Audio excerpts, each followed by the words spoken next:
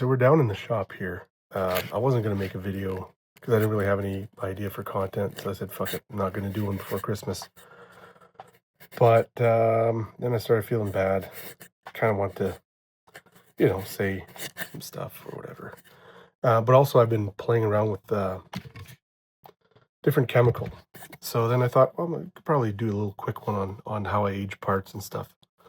So what I used to do is I used to use a mixture of vinegar and bleach to age nickel parts, especially like the raw nickel covers. And it worked for a while. And then I don't know if they changed the chemical compound or maybe I was buying a different brand before, but it seemed like it was the consistency kind of changed or went away.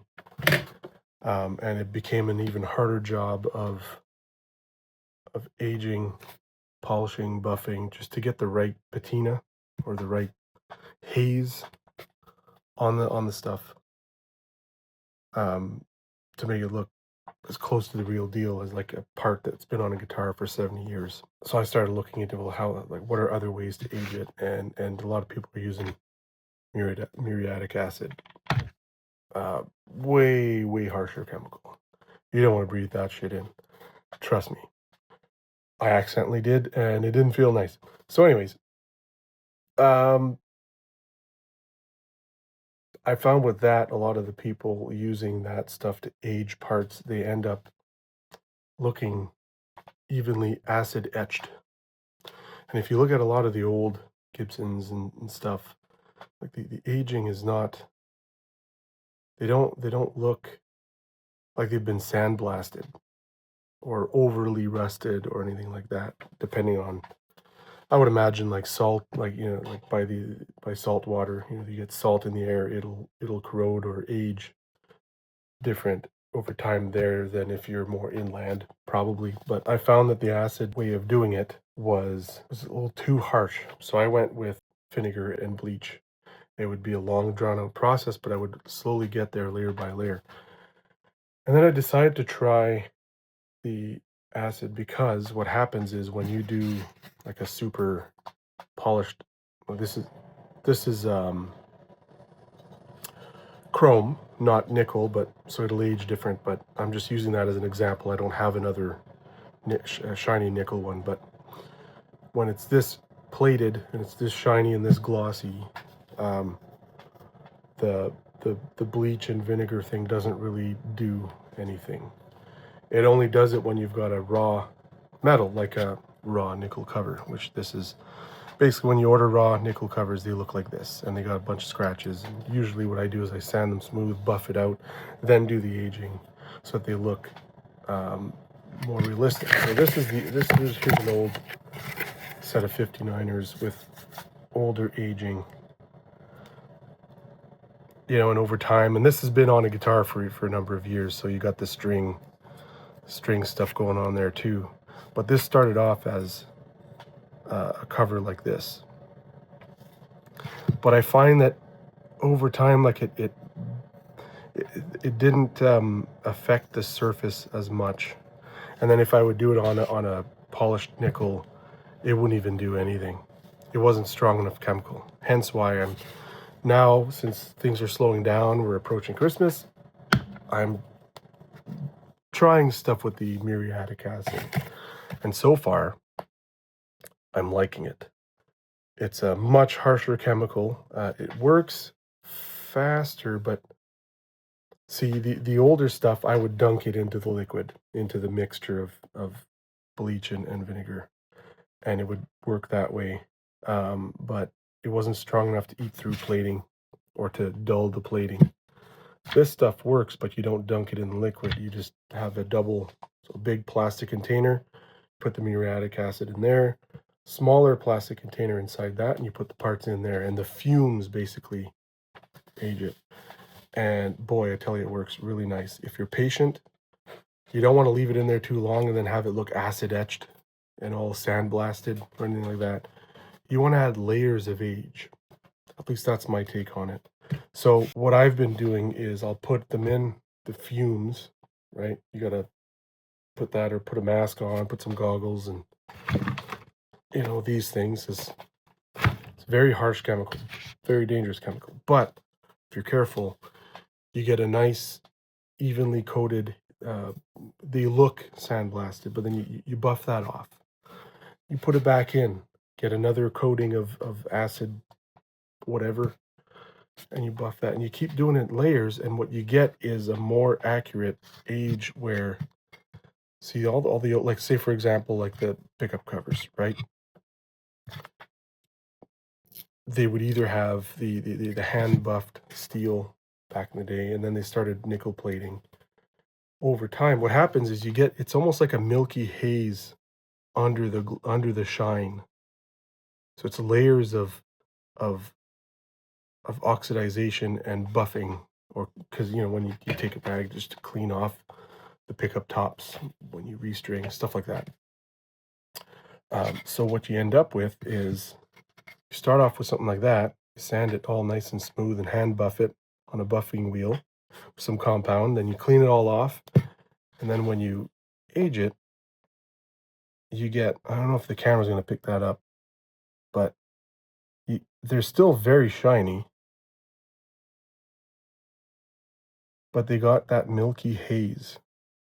And then over time, as you play it, the string marks will show up, right? So there's two, right? So every year, what I do at the end of the year, I just take everything I've learned from winding pickups and all this stuff, and thoughts I've had, ideas I've had, and I make a new set at the beginning of the new year for one of my guitars to test those theories, to make sure that, I'm not losing my touch, all that shit. So it's working on covers, but you got to do it in layers and have patience. It's still a drawn out process, but what I find with the muriatic acid is it's very consistent layers. It's not showing up in blotches. It's very consistent. So I'm liking that. But I'm not dunking the parts in the liquid.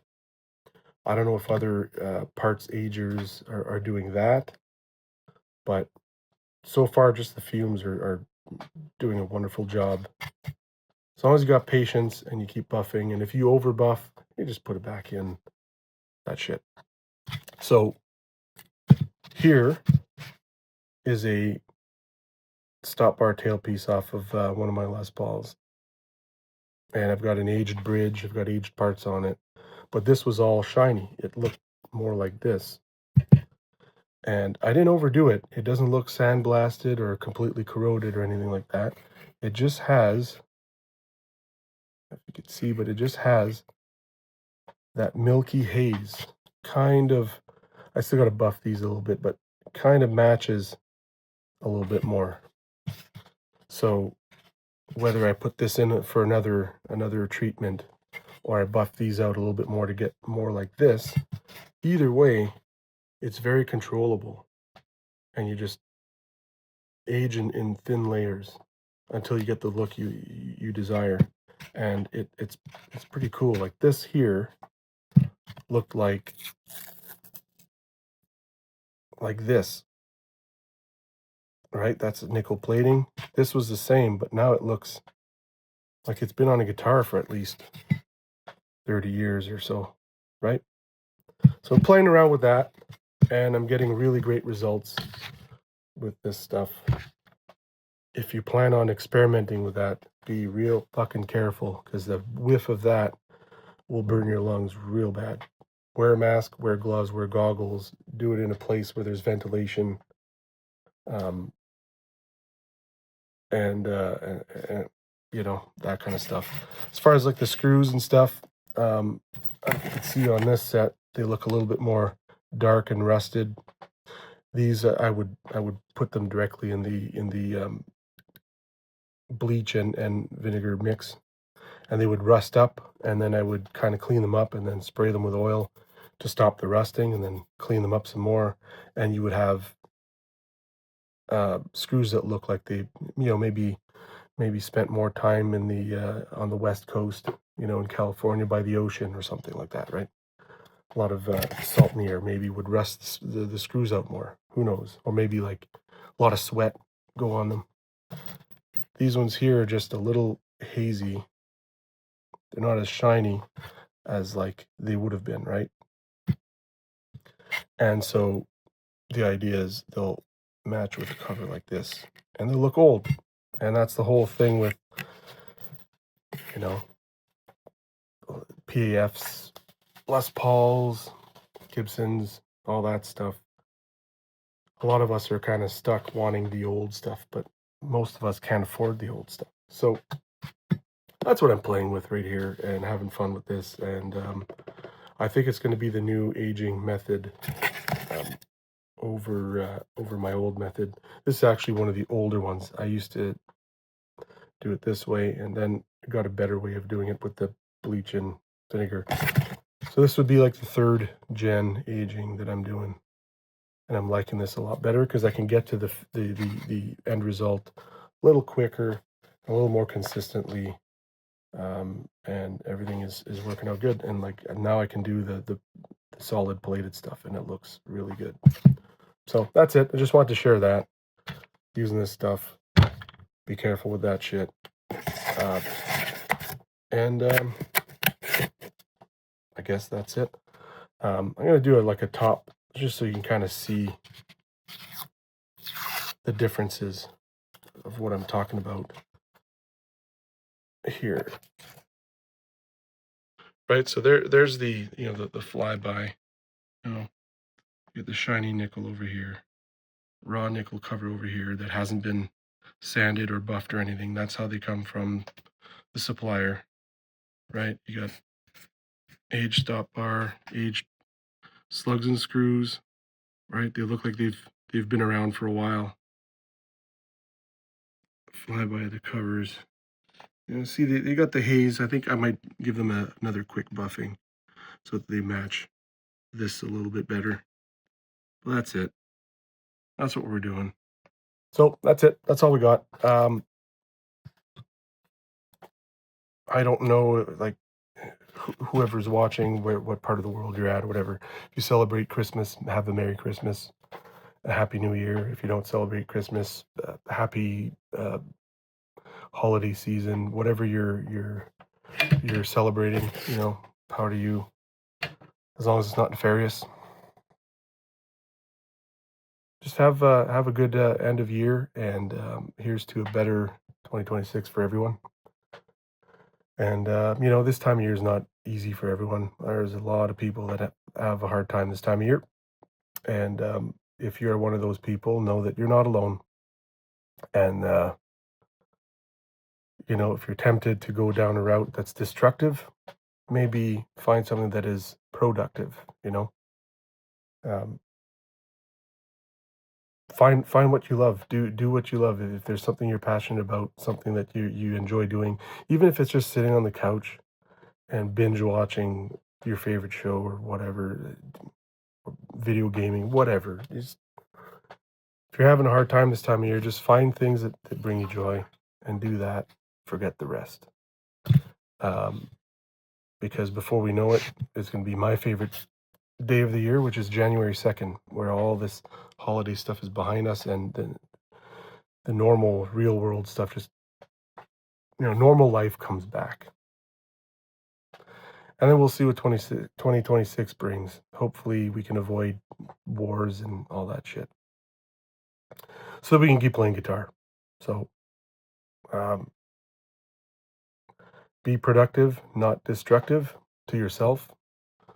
Surround yourself with love if you can. Binge watch shows if you want. Do what you love. Do what makes you happy. And we'll see you in the new year.